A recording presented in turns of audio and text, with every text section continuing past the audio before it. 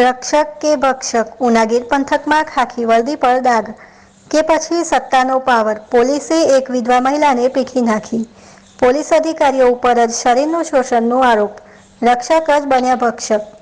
એક વિધવા સ્ત્રીની આબરૂ લૂંટ્યાના 3 પોલીસવાળા તથા એલસીબીના માણસો સામે આક્ષેપો. દારૂનો ધંધો કરતી મહિલા પાસેથી હપ્તા લેવાના આક્ષેપો. સલીમ નામે ઓળખાતો એસઓજીનો પોલીસવાળો, કમલેશ પીઠિયા એ પણ એસઓજી વાળો અને મોહન મકવાણા ઈ સોનારી ગામનો છે અને કેસરિયા ગામે પુલ પાસે દુકાને હપ્તો મંગાવતો. ગીર ગઢડા પોલીસવાળો, મારી પાસેથી હપ્તા લેતો અને બહારની ગાડી આવે તો મને સાચવવાનું કહેતો.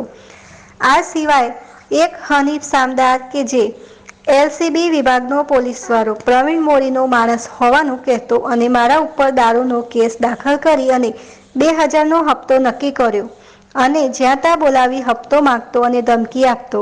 ઉંદરી ગામની વિધવા સ્ત્રીને દારૂનો ધંધો કરતી બુટલેગર દ્વારા આક્ષેપો કરવામાં આવ્યા. જો દારૂ વેચવાના હપ્તાઓ ન આપવા હોય તો હું કહું ત્યાં મળવા આવવું પડશે. રોજ માટે હપ્તા તો લેતો જ પણ મને શરીર સુખ માણવા પણ બોલાવતા. મારી મજબૂરીનો ફાયદો આ પોલીસવાળા ઉઠાવતા. મહિલા દ્વારા પોલીસવાળા પાસે ન્યાય મંગાવવા અરજી કરવામાં આવી. મહિલા દ્વારા અરજીમાં પોલીસની માથે કાળો ડાગ લાગે તેવા આક્ષેપો આ પોલીસમાં ફરજ બજાવતા કર્મચારી પર કરવામાં આવ્યા. શું આ વિધવા સ્ત્રીની ફરિયાદ કોઈ સાંભળશે કે પછી તંત્ર આંખ આડા કાન કરી બચી જશે? શું પોલીસ તપાસ થશે કે પછી નહીં? કે પછી આવા હપ્તાખોરોને પોલીસ સવારી લેશે? ભાવના. મારું નામ ભાવના કાના મકવાણા, ઉંદરીની રહેવાસી. હું એક દારૂનો ધંધો કરું. સરીસ નથી મારું વેચતી, એક દારૂ વેચતી. 2-3 લીટર દારૂ વેચીને મારા છોકરા મોટા કરતી. એમાંથી પછી મારા ઘરવાળા 1 વર્ષથી ઓફ થઈ ગયા. મેં લવ મેરેજ કરેલો છે, બોડવાની દીકરી છે. લવ મેરેજ કરીને મારે 7-8 વર્ષ થયા. હું મારા ધણીને સાથ દેતી, દારૂનો ધંધો પહેલેથી કરતો આવી ત્યારનો.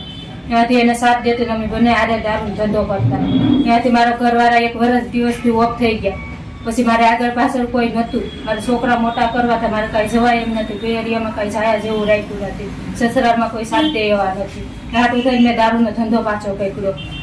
દારૂનો ધંધો કરતા કરતા 3 મહિના જેવું થયું. પછી મેં પાછો ચાલુ કર્યો. 3 મહિના બંધ કર્યો તો મારા ઘરવાળા ઓફ થઈ ગયા હતા ને, પછી બંધ કરીને પછી પાછો ચાલુ કર્યો મેં. પછી પોલીસવાળાએ ચાલુ ભઠ્ઠીએ મને પકડી લીધી. પહેલી જ વખત હજી તો ભઠ્ઠી જ ચડાવી હતી, ત્યાં જ મને પકડી લીધી. પછી લોકો ચલનભાઈ ને એ બધા આવ્યા હતા.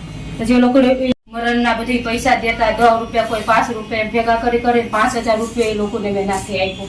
પછી મને કહે તારે ધંધો ચાલુ કરવો હોય તો 2 નંબરે આવી ને હપ્તો દઈ જાય ને પછી તારે જેમ ધંધો કરવો હોય એમ કહેજે. એમાંથી એમ કરીને પછી એ લોકો મારી ત્યાંથી નંબર લઈ ગયા. ને કે કોઈ બહારની ગાડી આવી, કોઈ વસ્તુ થાય તો અમે તમને ફોન કરજો, તારા નંબર લે. એમાંથી એ લોકોએ પછી ફોન મેસેજો ને એવા બધી ચાલુ કર્યા. ફોન મેસેજો કરીને પછી જાત્યા મને બોલાવે, કઈ વાડીએ બોલાવે, કઈ ડમાસાના કઈ ખારામાં છે, કઈ ઉંદરીના ખારામાં છે, ના આવીને મને ફોન કરે. ન જામ તો મને જેવું તેવું કે કેસ કરી દેવું, નામ કરી દેવું, તો તેમ કરજો ને એમ ધમકાવતા. પછી મારા છોકરાને પડખામાં જ મેકીને મારી રીતે જવું પડતું. કોણ તમને બોલાવતું બેન? એક ચલીમભાઈ, બીજા મોહનભાઈ મકવાણા છોનારીરા, બીજા પછી ત્રીજો કમલેશ પીઠિયા, અત્યારે આરોસીમાં છે, અને ચોથો એલસીબી વાળો સામદાર પરવીન મોરીનો માણસ સામદાર. ત્યારે એવું કરતા, ફોનમાં ધમકાવે, જેવું તેવું બોલે. ફોનમાં ધમકાવે પણ પછી તમારી શરીર શું સંબંધ શું રાખતા?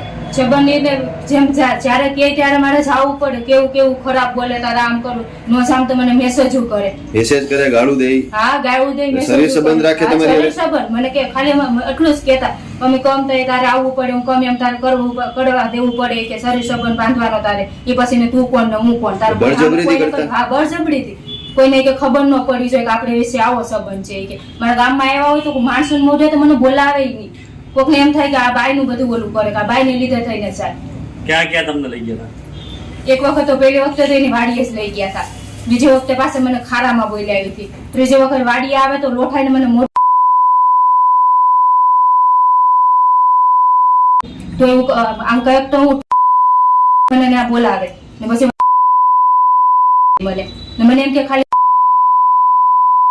એવું તો મારે બોલે.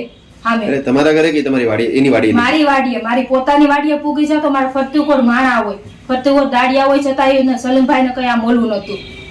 સલીમભાઈ નું કહું કે મારા ઘરના છે એમાં પછી હમણાં 29 તારીખે ફોન આવ્યો મને કે આ અત્યારે મારી વાડી આવી કે આવી સારી કે મેં કીધું કે મારા ખોટી છે નામ છે ને તેમ છે તેમ કરીને મેં 4-5 દી કાઢી નાખ તો પાછો 29 તારીખે મને ફોન આવ્યો મને તો અત્યારે તું આવી ગઈ તો કહો કે ગોવિંદભાઈ ની બધા જાગે કે મારા શેઠ ને છે ને એમના ગોવિંદભાઈ છે હું કઈ બધા જાગે કે મારે કેમ આવવું કહો કે સલીમભાઈ પોતે હું કહે હા એવું કઈ કહેવાતું હોય તો મને કે હા કે ધંધા કરવા બધું કરવું પડે હું કહું ધંધો કરું આ બાબતે તમે દારૂ વેચતા ત્યારે પૈસા આપતા પોલીસને? હા બધાયને પૈસા દેતી તો પણ તમારું શોષણ કરતા? હા તોય શોષણ કોઈ મને એમ નતું કર્યું કે અલે અમારે પૈસા નથી જોતા પૈસા એને મહિને આસન કે જાવું પડે આ ને જે બાબતે કેસના કેસ થઈ જાય 2 દિન 3 દિન મારી વાડી એવી ઉભા હોય કોઈ એક પછી કેસ થાય કોઈ કેસ મારા કેસ ખાતા થાય અને શારીરિક શોષણ કરે હા બધુંય કરે મારી ઉપર એટલી તો ધમકાય કાં કે એને ખબર હતી કે આગળ પાછળ કોઈ નથી મારો ધણી હતો ને બેસ તો મેં કોઈ દા પોલીસ વાળાને મેં કોઈ દા મોઢાય નતા જોયા કોઈથી મારા ડેલામાં ગળાતું નહીં ખાલી આમ કાનાને એમ કે કાના ભાઈ અહીંયા આવી જાય કે કાનો ઓફ થઈ ગયો ને પછી આ લોકો અહીં ડેલા સુધી પૂગી જતા મારા કેમેરામાં નીકળી ગયો ને કઈ લોકો મારા ઘરના બહાર સુધી આ પરવીન મોરીનું માણસ છે ને સામદાર એટલે જ્યાં જેમ ફાવે એમ દિવસે ને ભરકે અહીંયા આવીને આમ કરીને તેમ કરીને મારી પાસે આટલા રૂપિયા પડ્યા નહીં કે ફોનમાં મને કહેતો કે તું મારે આમ કે હું તને તારા પાર્ટનરમાં ધંધો કરું ને તું કેમ તને કરવા લાગી કે મારી કે આગળ પાસે બાય કોઈ નથી સહન કર્યું કોને કેવું એકલી બાય હવે જો બધાય કુટુંબ ભાડું બધાય દારૂનો ધંધો કરે મને કોને કેવા સૌ કોણ આમાં કોઈ પોલીસ વાળા એ તો પોલીસ વાળા છે એ તો ગમે એ આટીમાંથી બારી નીકળી જાય મને કોણ મને તો એક વેશ્યા ગણવાના છે કે મારી તો આગળ પાછળ કોઈ નતું લવ મેરેજ કર્યો હતો મને કોણ કોઈ કહ્યો સાથ દે એમ હતા આ બાબતે તમારીમાં માંગવું છે? હે તમારી માંગ શું છે આ બાબતને લઈ? મારે બસ કાંઈ નથી કરવાનું આ લોકોને એકદમ ધૂળ ચટવાની છે આ બીજી વખત બીજી કોઈ બાઈ ઉપર આવું કરે ને હું તો જો સહન કરી નાખા ને છેલ્લે આમાં નાઈ નહીં મળે ને તો દવાની બાટલ લીધો ત્યારે આવું સ્વરૂપ પી જાવ આમાં અમારી વાહેના બીજું બાયું થાય ને એટલે નથી બાયુમાં થાવો જરૂર થાય એ બાયુને કાંક બેસાડીને આવું કાકામાં હિંમત આવે બાયુને કાની વાહેને આમ કરીએ તો આ કાકા બધા કાંક સુધરે નકર પૈસા ને એટલું શરીરનું ઓલું કરવાનું આ એમ કહું દારૂનો ધંધો કરું મારે દારૂનો ધંધો કરવો હોય ને તો આમ હવામાં 10-15 રૂપિયા સામે બેઠી કામ ન માણસોથી કરાવું કોણ મને કહેવા વાળું હતું કોઈ નહીં મારા ડેલામાં બધી દારૂનો ધંધો કરું હું તો જેમ કરું એમ કરવા બેઠી હતી મને ખાલી લોકો કહેવાના જ હતા કે અડધી કલાક તો અહીંયા આવી જાય આવીને મારે શું ઓછું થઈ જાય કોઈ બાઈને ઓછું થાય લગન બગન શું લેવાનું એ હાટું થઈને જ કરે ને પણ નહીં મારે એ રૂપિયો નથી જોતો મારે આમ ખાલી નીતિસર મારા છોકરાને મારા હરામના નથી ખવડાવવા ખાલી મારા છોકરાને અડધો બટકો જડીએ ને ગમે નાથી હું માગીને ખવડાવી દે પણ મારે આવું નથી મારે દેખાડવું મારા છોકરા કાલે સવારે મારા છોકરાને કોઈ પૂછીએ કે તારી માએ આમ કરીને આમ કર્યું મારે એ બેન મારા છોકરા પે મારે એ નથી સાંભળવું